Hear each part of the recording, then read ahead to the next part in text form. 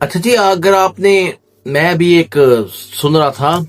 Programme, تو وہاں پہ نمبرز بتائے گئے تھے کہ فلسطین میں 70,000 تقریباً کم از کم وہ جو پتہ ہے ان کو بندے شہید ہو گئے ہیں، بچوں سمیت خواتین سمیت، اور 10 سے 15,000 ربل کے اندر ہیں، اور جو زخمی ہیں ٹوٹل ملا کے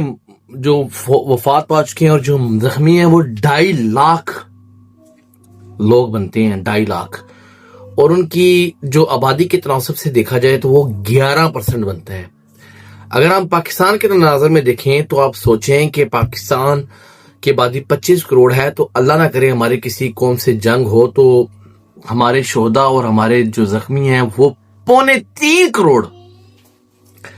3.25 کروڑ کی آبادی شہید ہو جائے یا زخمی ہو جائے یا دونوں۔ اتنے بڑے لیول پہ غزہ کے اندر تباہی ہوئی ہے۔ برلن، ڈریسڈن اور لندن، یہ 3 شہر تھے جو دوسری جنگ عظیم کے اندر بہت بمباری ہوئی تھی، اور تاریخ میں لکھا جاتا ہے کہ جرمنی کے اوپر بہت زیادہ اتحادیوں نے بمباری کی تھی۔ اسی طرح جرمنی اور اس کے جو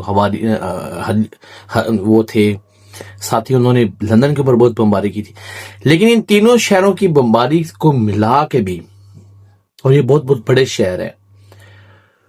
ان کے تینوں کی ملا کے بھی جو تباہی ہوئی تھی غزہ میں اس سے زیادہ تباہی ہوئی ہے۔ غزہ میں کتنے زیادہ ایٹم ہم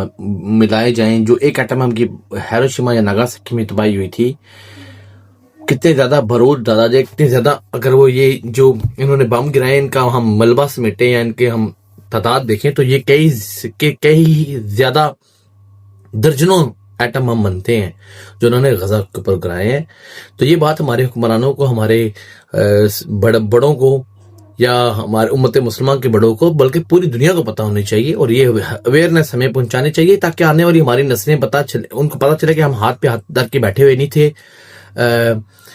یا ہم نے چوڑیاں نہیں تھی پہنی ہوئی، کم از کم ہم گفتگو کر رہے تھے، ہم بات کر رہے تھے، ہم آگے میسج پہنچا رہے تھے، تاکہ یہ تاریخ لکھی جا رہی ہے۔ جب ہم مر کھپ جائیں گی تو ہماری جو آنے والی نسلیں وہ ہماری یہ تاریخ اس طرح دیکھیں گی، تو ان کو پتہ ہونا چاہیے کہ اسرائیل نے کتنا ظلم کیا غزہ کے